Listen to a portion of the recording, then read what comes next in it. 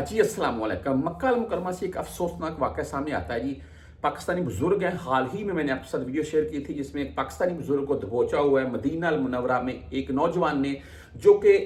उसके मुताबिक बहुत सी रिवायत, बहरहाल एक जो काबिल कबूल राइट्स जो कि आप बोल रहे हैं कि बात थी, वो ये थी कि उस लड़के को कोई किसी किस्म का मेडिकल कोई वो इन्फेक्ट था और उसकी वजह के ऊपर उसको कोई दौरे वगैरह या ऐसा कोई मसला था, उस बुजुर्ग की उसने गर्दन दबोच ली थी, वरना ऐसा कोई मामला नहीं हो सकता है। और बहरहाल जी, ये एक वीडियो क्लिप मक्का से सामने आता है। यहाँ पर एक पाकिस्तानी बुजुर्ग है और बाकायदा ये सर फट गया, उनका ब्लड निकल रहा है, यहाँ से ब्लड निकल रहा है और ये मैं आपको बातें सुना नहीं सकता, इसमें गालम गलोच हो रही है। पहली तो बात ये है कि अफसोस मुझे इस चीज़ के ऊपर है कि एहराम की सूरत में लोग झगड़ा करते हैं और उससे बढ़कर अफसोस वाली बात जो है वो एहराम बांधकर और मक्का के नज़दीक यानी कि हरमे काबा के नज़दीक कहीं भी खड़े होकर आप गालम गलोच करें। अगर कोई भी किसी किस्म का, ये बुजुर्ग है इनके साथ ज्यादती हुई है बिल्कुल हुई है, लेकिन अगर बुजुर्ग का सर फट गया था तो गालम गलोच आगे से हो रही है,